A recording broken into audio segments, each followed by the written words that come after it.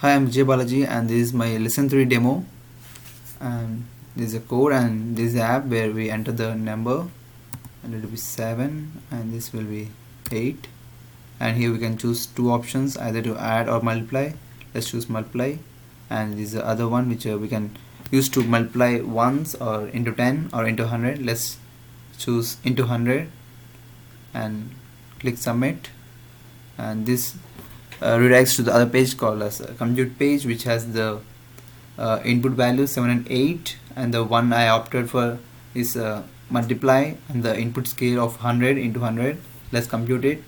It gives a result and is the execution time, which here it shows it's a 0.839 seconds, and the computation results are shown by here is 7 into 700 is 700 and 800 equal to the result.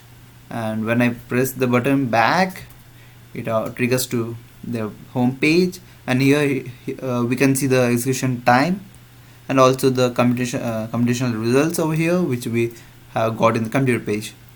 That's it. Thank you.